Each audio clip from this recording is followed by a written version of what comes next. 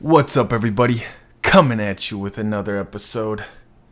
Today, we're gonna talk about why it's okay to fuck up. Everyone's so scared of fucking up. Dude, did you know? I don't know what the exact statistics are, but it's at least 40% of people are working into retirement. That's with like a regular job. That's the accountants, the programmers. They're all working, dude. They're all working into 65, 70 years old, you know? And these were the people who didn't fuck up. You know? It just takes one time, 1 year, 2008, to totally lose everything. Like, you could have not fucked up your whole life and then just lost it all, you know? Lost your house, lost your job, lost everything. So even if you were in one of these jobs that you totally hated, like I know a lot of people get, especially in the Asian spheres, they get pushed into engineering, healthcare, management, whatever. And yeah, some of those people still have jobs, but a lot of them didn't. I mean, they did, and then it just disappeared overnight. And then all of a sudden, everything that was attached to their identity, or what they thought, they had this whole idea that, oh, when I hit 65 or when I hit 70, like, I'm just gonna ride off into the sunset. And it didn't happen. That dream never came true, you know? So sometimes I think about some of these actors and comedians, like Dave Chappelle. I think it was his parents who used to say, like, comedy, why would you go into that? That's the dumbest thing. And he's like, his rationality was like, well, say for example, if I make $35,000 a year doing a normal job, doing, I don't know, picking up trash, and that's all I could do. Potentially. He's like, so all I need to do to have an equivalent quality of life is make $35,000 a year doing comedy. And so he did that. Look at him now. You know, he's got tens of millions of dollars in the bank. Another example is Jim Carrey. You know, he was pushed into accounting, and he thought the same thing. Like, if I fuck up trying to become an actor or a comedian, and then I become an accountant, like, if I fuck up doing this thing that I really love doing, I lost a year, I lost 2 years, like, trying to do something I love, and then you just go back to school and become an accountant. Like, there's plenty of room in your life to totally hate it. I mean, there's lots of years that you can just... Trust me, the shitty jobs... I mean, accounting isn't for everybody. You know, some people love it. But it'll always be there. Like, they'll always be hiring new people to count up your Excel spreadsheets and stuff. So if you want to do that, I mean, if that's what you love to do, then do that. But if you don't want to do that, why wouldn't you just try and fuck up? Like, nothing's going to happen unless you're hand to mouth. Like, some of these places, I see these people riding their tuk-tuks and making like $5 a day. It's like, okay, yeah, you can't fuck up at that point. I mean, the government's not gonna, okay, you'll get a couple breadcrumbs here and there. It's the same thing in the US. Like, oh yeah, so you fuck up and then you get a check from the government to stay alive. Like, what's gonna happen? I mean, and I'm saying this, okay, you know, some people are gonna comment, oh, John, because you had this and that. Like, behind you, you had some parents and some family that could help you out. But it's like, yeah, but when I got into a job, thankfully, like without a degree, that had a little bit of money. It wasn't crazy money, but I could buy some nice things occasionally. But I hated it like so fucking much. Just coming into the cubicle, the dead of winter, the Minnesota winter, man, to go to that job, I rode the bus every day. I rode the bus through a Minnesota winter for like an hour every day. Just like, I had to wear one of those ninja mask things that they wear in Siberia. And it was just horrific, But there was one point where I just got so sick of it. And I was like, okay, all of my extra money is going to go to creating this online business, which was Kindle publishing at the time.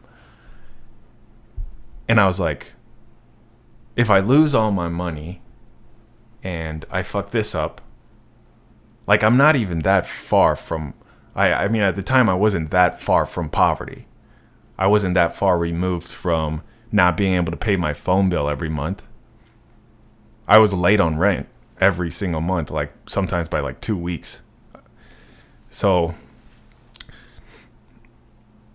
once I got a little extra, once I got into a job that like had extra money, some people get this idea that, oh yeah, you get into this job that's paying you pennies, then over 5 years, they'll give you a nickel, then a dime. It's like, dude, so that's your whole thing? You're just gonna, like, you're not even gonna try? You're just gonna be like, yeah, I will be a garbage man because I'm so scared of like starting my own business, or, I'm not even, okay, man, not everybody can be a comedian. Not everybody's Jim Carrey. But I think everybody could start a business. Like, it doesn't even have to be the biggest business in the world. But whatever job you're working at now, if you're not making like crazy bank, then it's time to fuck up. Like, you literally have nothing to lose. If you're at the poverty line, this isn't advice. This is just a ramble. Don't come after me if you do fuck up and you continue fucking up in ways that, I don't know, I can't help you there. But all I'm saying is that I know there's a lot of people, and sometimes people send me these messages like, John, how did you get over that initial fear? And I was like, dude, here's the thing.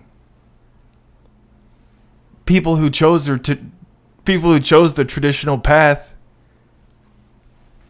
they lost everything. They lost everything in the span of minutes. Maybe not minutes, days, weeks, whatever. When everything crashed, they lost their jobs, they lost their homes, and there was nothing to set back on. And that's all I'm saying is, like, okay, even if you want to choose that traditional path, maybe you should start thinking about like having some backup plan that's independent. Like having some kind of support that's not totally dependent on, I think of it as like a cow's udder, right? A lot of people are just sucking on one nipple. But when you have a lot of nipples, and I'm saying this figuratively, not literally, when you have a lot of different sources of income, and like these don't even have to be sources of income that are like $20,000 a month, like just to get started, Back when I was working a really shitty job for a hotel, setting up tables for events and stuff, it's just totally miserable. But back at that point, if I would have had just an income stream online that gave me like an extra $100, extra 200, 500, then eventually, and this is what happened when I got a better corporate job, like I had enough where I wasn't so desperate to like stay in that job. Like eventually I became kind of my own independent, like when the boss came around, you know, when everybody's so intimidated, right? Because, oh, I don't want to lose my job. But when you have all like constant, or when you have multiple income streams, then one can fall away. And that's just what a job is. It's just another income stream. And people think that, oh yeah, no, what you want to do is like maximize this income stream for 50 years and hope that the economy doesn't just completely drop underneath your feet. And that it's just like it's a cross your fingers strategy. And I don't know, that's just what this video is about. Like everybody's in this cross your fingers strategy where, okay, I'm going to focus on this one income stream for my entire life. And let's just hope Jeff Bezos doesn't make a robot to take it over. Right? But if you're always working with the market and your businesses, your income stream, those nipples, if those are dependent on the trends of the market and you're not just a one-trick pony, then eventually you're like, whoa, it was worth it to fuck up. Because now, down the line, when all these people who said that I was doing something stupid, fucking up, taking too big of a risk, and they lose their one income stream, and you have a few, like, even if the economy crashes, say for example, if you make, what, $65K a year, that's if you make $5,000 a month, and you have one income stream, and another person is doing, I don't know, maybe they're doing some drop shipping, some Kindle publishing, you know, you got niche websites, you got all this junk, you know. So if they have like 5 of those, and they were doing 5K too, if the economy crashes, if whatever market, whatever expertise you're in, if that crashes, your 5K is down to 0. But the thing is, with this person, if they have 5 income streams, say for just as an example, if all those crunch in half, oh, now they're down to 2,500. Oh, okay. So that's better than 0, right? But even if, like, this is like a better scenario, right? If they had 4 that crashed and 1 that was doing pretty good, they could focus all their time while the market is down, the whole US global market. They could focus their time on that one income stream that's still doing pretty well, maximize that, and now they've multiplied it. Now they're back to 5K or whatever. This is just hypothetical numbers. And that's my point, is that this is the real not fucking up. It's totally backwards when everyone thinks, oh, you're doing this goofy stuff on the internet, or you're creating your own business or doing your own thing. And it's like, dude, the statistically, if you never tried to fuck up and you're always listening to what society, your parents, and everybody in your life was telling you to do, like, oh, don't risk that, don't try that, you got to save up for what? So I can keep doing this same thing, so I can keep, well, for me it was like Excel spreadsheets, it was like looking at data, you know. And I mean, that's always available. I'm sure if you ever want to get back into that, if you don't want to do your own, make your attempt at like a YouTube superstardom, or be top chef, or start your own business, like I'm sure the colleges will be glad to take your money if you want to go back to that route. So there's never an infinite fuck up. You just go back to the same old path that's already waiting for you. Like as long as you can borrow some money, and you get what I'm saying here? Anyways, my whole point of this video was this whole idea of taking risks, that it's somehow a permanent thing if you don't succeed. Not really. I mean, you learn. Like, it's, for example, if you're always trying this business model, whatever it is, I mean, Shopify, for example, if you're always trying that and you're losing all your money on Facebook ads and you never really start to make any back, like, and you're still doing the same ad set or the same exact product, you're like, wow, I knew it. I knew I shouldn't have tried this. Or, I mean, I could go with Kindle publishing.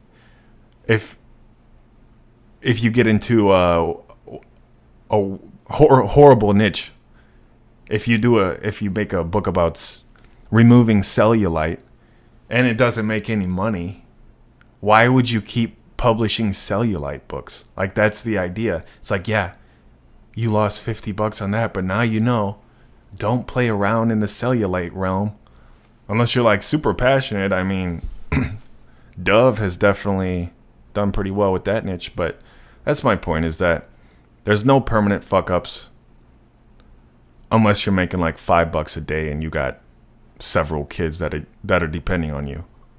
If you're not, and if you're just like some 20-year-old, or even like you could be whatever age, there's no permanent fuck ups, man. And you need to get this idea out of your head, because they're just trying to keep you in the system, bro. Just trying to keep you in the system. All right, I'll catch you next time.